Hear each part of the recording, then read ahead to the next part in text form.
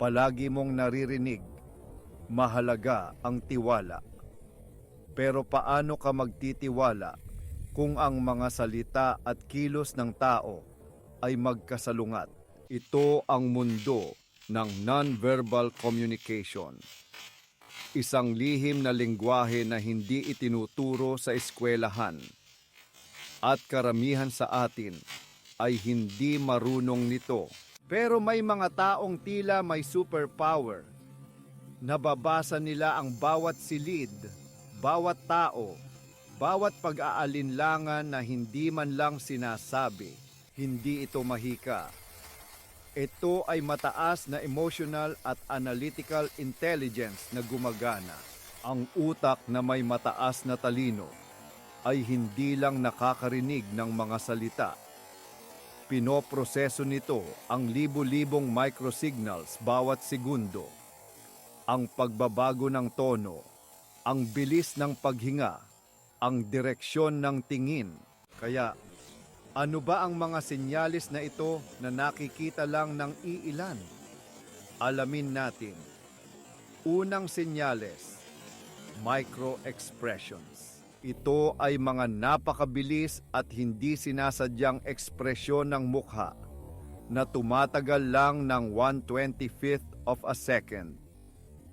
Isang mabilis na pag-angat ng gilid ng labi na nagpapakita ng paghamak, kahit na ang sinasabi niya ay isang papuri. Halimbawa, tinanong mo ang iyong kasamahan kung gusto niya ang iyong ideya. Sabi niya, "Oh, maganda," sabay ngiti. Pero bago ang nangiting iyon, may mabilis na pagkunot ng kanyang ilong, isang universal sign ng pagkasuklam. Ang isang ordinaryong tao ay makikita lang ang nangiti. Ang isang taong may mataas na talino ay makikita ang katotohanan na nakatago sa likod nito.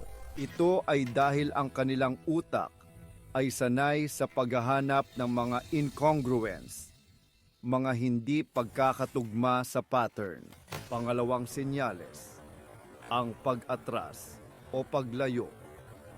Ito ay tungkol sa proxemics, ang pag-aral ng espasyo. Kapag komportable ang mga tao sa isang paksa o sa isang tao, madalas silang lumalapit, kahit 1 pulgada lang. Pero kapag isang sensitibong paksa ang nabanggit, pera, isang nakaraang pagkakamali, isang partikular na tao, at ang iyong kausap ay biglang umatras, kahit bahagya lang, iyon ay isang malakas na signal. Ang kanilang katawan ay sumisigaw, "Gusto kong umalis sa pag-uusap na ito." Ang kanilang isip ay lumilikha ng pisikal na distansya dahil sa emosyonal na discomfort. Ang isang taong may mataas na talino ay hindi ito binabalewala. Itinuturing niya itong isang data point. Bakit ang paksang ito ay nagdulot ng ganitong reaksyon? Pangatlong senyales, mga adapter gestures o pagpapakalma sa sarili. Ito ay ang mga hindi namamalayang kilos na ginagawa natin kapag tayo ay stressed o hindi komportable. Paghawak sa leeg, pag-ayos ng kurbata na maayos naman, o paglaro sa alahas. Isipin mo na kinakausap mo ang iyong boss tungkol sa isang deadline. Kalmado siyang nagsasalita, pero napansin mong patuloy niyang hinihimas ang kanyang braso. Hindi ito nangangahulugan na siya ay nagsisinungaling, ngunit ito ay isang senyales ng panloob na stress. Marahil ay nababahala siya sa deadline nang higit pa sa kanyang ipinapakita. Ang mataas na talino ay hindi agad gumagawa ng konklusyon. Ito ay nag-uugnay ng mga tuldok, kalmadong salita, lakilos na pampakalma, nakatagong pag-aalala. Ika-4 na senyales, Ang direksyon ng mga paa. Ang mga paa ay ang pinakatapat na bahagi ng katawan. Bakit? Dahil pinakamalayo sila sa utak, kaya hindi natin gaanong kontrolado ang mga ito sa social situations. Kung kausap mo ang isang tao at ang kanyang katawan at ulo ay nakaharap sa iyo, pero ang kanyang mga paa ay nakaturo sa pinto, gusto na niyang umalis, ang kanyang utak ay nagsasabi, manatili kang magalang.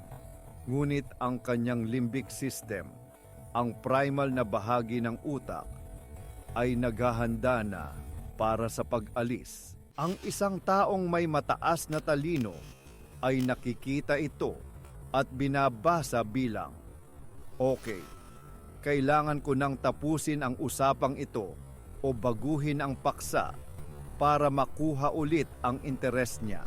Ikalimang senyales, ang pagbabago sa baseline ng boses. Hindi ito tungkol sa kung ano ang sinasabi, kundi kung paano ito sinasabi. Ang bawat tao ay may normal na tono, bilis at lakas ng boses. Ito ang kanilang baseline. Ang isang matalinong tagapakinig ay mabilis na natutukoy ang baseline na ito sa unang minuto ng pag-uusap. Kapag nagtanong ka ng isang partikular na tanong at biglang tumaas ang tono ng kanilang boses o bumagal ng husto ang kanilang pagsasalita, iyon ang signal. Ang biglaang pagbabagong ito ay nagpapahiwatig ng pagtaas ng cognitive load. Ang kanilang utak ay biglang nagtatrabaho ng husto. Marahil para mag-imbento ng sagot o itago ang isang emosyon. Kaya paano mo lilinangin ang kakayahang ito? Hindi ito isang bagay na mababasa mo lang sa isang libro at magiging eksperto ka na. Ito ay isang kasanayan na nangangailangan ng pagsasanay. Narito ang isang simpleng framework. Una, mag-obserba ng walang paghuhusga. Maging isang kamera. Itala lang ang nakikita mo. Tinaas niya ang kanyang kilay. Hinawakan niya ang kanyang baba. Huwag munang bigyan ng kahulugan. Karamihan sa atin ay nagmamadaling mag-interpret. Nakakross ang braso niya, kaya galit siya. Mali. Baka nilalamig lang siya. Ang unang hakbang ay ang purong pangongolekta ng data. Pangalawa, itatag ang baseline. Kapag nakikipag-usap ka sa isang tao, gamitin ang unang ilang minuto ng small talk para alamin kung ano ang normal para sa kanila. Gaano kabilis sila magsalita? Madalas ba silang gumalaw? Ang baseline ay ang iyong control group. Kung wala ito, hindi mo malalaman kung ang isang kilos ay isang signal o bahagi lang ng kanilang pagkatao. Pangatlo, maghanap ng mga cluster at kontradiksyon. Isang senyales ay isang anomalya. 2 o 3 senyales na sabay-sabay nangyayari ay isang pattern. Nakakross ang braso, defensive. Umiiwas ng tingin, discomfort. At ang mga paa ay nakaturo sa pinto, desire to escape. Ngayon, mayroon ka ng malinaw na mensahe. Ang kabuuan ay mas makahulugan kaysa sa mga bahagi nito. Pang-apat, ang konteksto, ang hari. Laging isaalang-alang ang sitwasyon. Ang isang taong nanginginig ay maaaring nagsisinungaling o baka malamig lang talaga sa kwarto. Ang mataas na talino ay hindi gumagawa ng mga mabilis na paghuhusga. Ito ay nagtitipon ng ebidensya. Isinasaalang-alang ang kapaligiran at saka lamang bumubuo ng isang teorya. Ang pag-unawa sa mga senyales na ito ay hindi para maging isang human lie detector.